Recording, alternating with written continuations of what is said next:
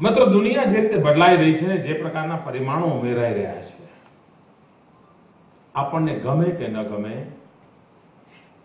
તકલીફ પડે તો પણ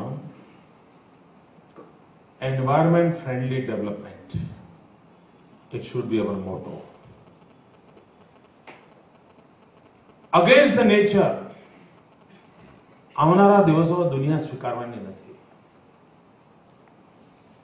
અને જો એન્વાયરમેન્ટ ફ્રેન્ડલી ડેવલપમેન્ટનો વિચાર કરવાનો હશે તો એના જે કોઈ કુદરતી નિયમો છે એને આપણી વિકાસ યાત્રામાં આપણે જો કાયદા, કાનૂન, નિયમો, બંધનો, હું એની વાત કરવા નથી આવ્યો આજે. એક સહજ પ્રકૃતિગત વિકાસના મોડેલને આપણે પકડવું પડશે. અને મિત્રો, હું વિશ્વાસથી કહું છું, અને આજે આ સભાગૃહના ઉદઘાટનમાં કહું છું એટલે કદાચ આ ભાષણ યાદ પણ રહેશે. હું બહુ જવાબદારીપૂર્વક કહું છું, અગર જો 20મી સદીનો ઉત્તરાર્ધ અને 21મી સદીનો આરંભ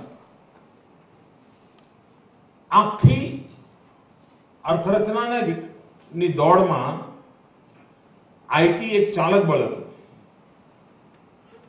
ઇન્ફોર્મેશન ટેકનોલોજીએ પ્રભાવ ઉભો કર્યો હતો. 2 દશક લગભગ એવા ગયા છે, અને સંભવ છે કે હજુ એકાદ દશક બીજો એ ડોમિનેટ કરશે.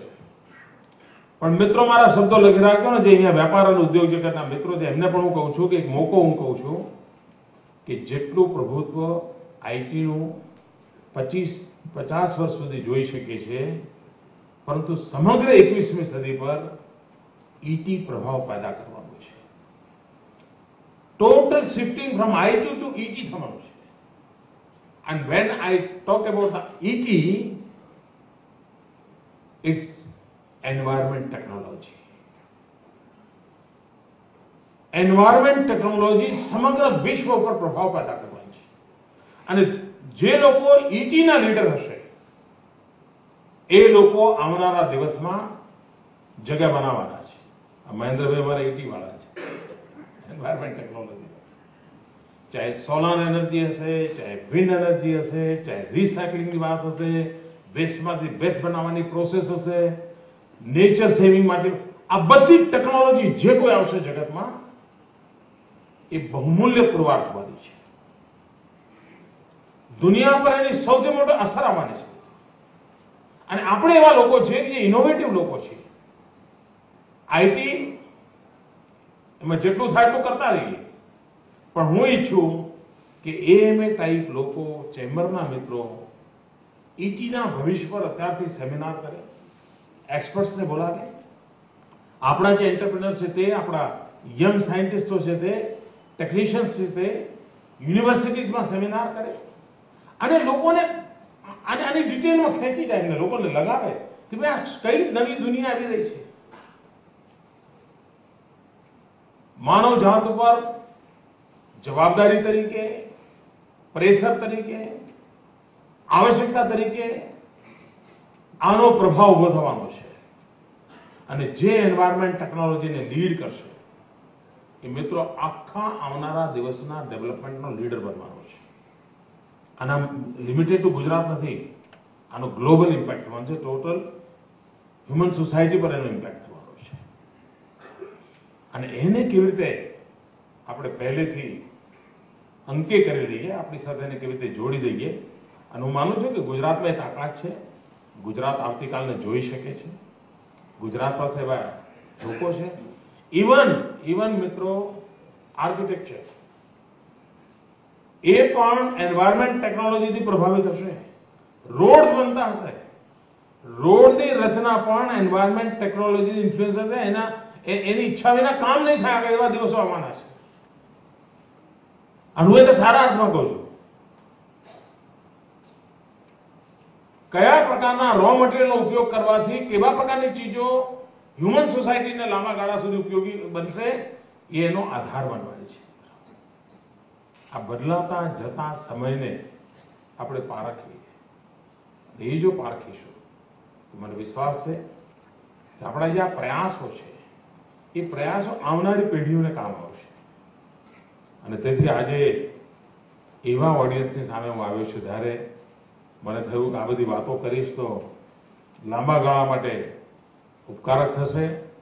મિત્રો, હમણાં તમને કદાચ એકાદ અંગ્રેજી છાપામાં જ કદાચ એની વિગતો હતી, ઇકોનોમિક ટાઈમ્સમાં સાહેબ, બાકી જગ્યાએ એની બહુ નોંધ લેવાય નથી. પણ ગુજરાતે એગ્રીકલ્ચર સેક્ટરમાં જે કમાલ કરી છે, વ્યાપાર, ઉદ્યોગ, આર્થિક જગતના મિત્રોએ, એકેડેમિશિયન્સ હોય તો પણ સીધા એને સ્ટડી કરવા જેવું છે. દેશમાં એગ્રીકલ્ચર સેક્ટર 2% 3% વચ્ચે દચકા ખાતું હોય અને ગુજરાત લગાતાર 7 વર્ષ 10% કરતા વધારે ગ્રોથ એગ્રીકલ્ચર સેક્ટરમાં બતાવે, ઇટ્સ અ મિરેકલ.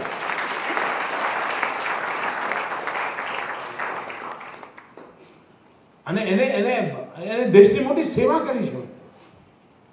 પણ આ કેમ થયું, કેવી રીતે થયું, આને એના પૂરા બેકગ્રાઉન્ડ પેપર સાથે, અને એ પણ થર્ડ પાર્ટી ઇન્સ્પેક્શનના રૂપમાં એનાલિસિસ થાય, પ્રોસેસ લોકો જાણે, માત્ર પ્રોડક્ટ નહીં. એમને ખબર પડે કે આ નહીં તો ગુજરાત એટલે રેગિસ્તાન. અહીં વળી છે ને એગ્રીકલ્ચર રિવોલ્યુશનની વાત આવે એટલે પંજાબ, હરિયાણા, ગંગા, યમુના, કૃષ્ણા, ગોદાવરી, આ જ ઇલાકાની વાત આવે. આપણે એટલે ધૂળની ડબરીઓ સાહેબ,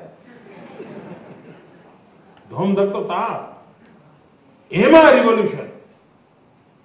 આ બાબતો મિત્રો નોંધપાત્ર છે.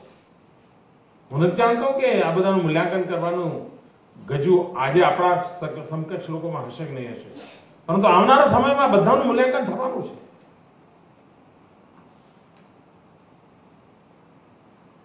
આજે બદલાવ આવ્યો છે, બદલાવને પકડીએ આપણે, અને જો બદલાવને પકડીશું તો આપણે આખી પરિસ્થિતિ પર સવાર થઈ જઈશું. અને હવે અમદાવાદની ઓળખ આ જ હોય.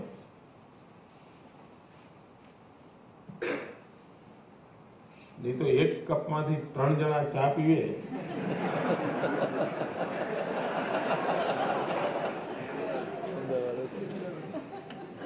એ હોય, એમાં કઈ વાંધો નહીં. પણ બદલાતા યુગને અનુસાર મિત્રો આપણે લીડ કરવું જોઈએ, બદલાવ લાવવો પડે, અને બદલાવ જરૂર ઉપયોગી થશે. ફરી એકવાર વિલંબથી આવ્યો બદલ ક્ષમા માંગુ છું. આપે આટલો મોડો આવે તો પણ ઉઠવાનું નામ નથી લેતા.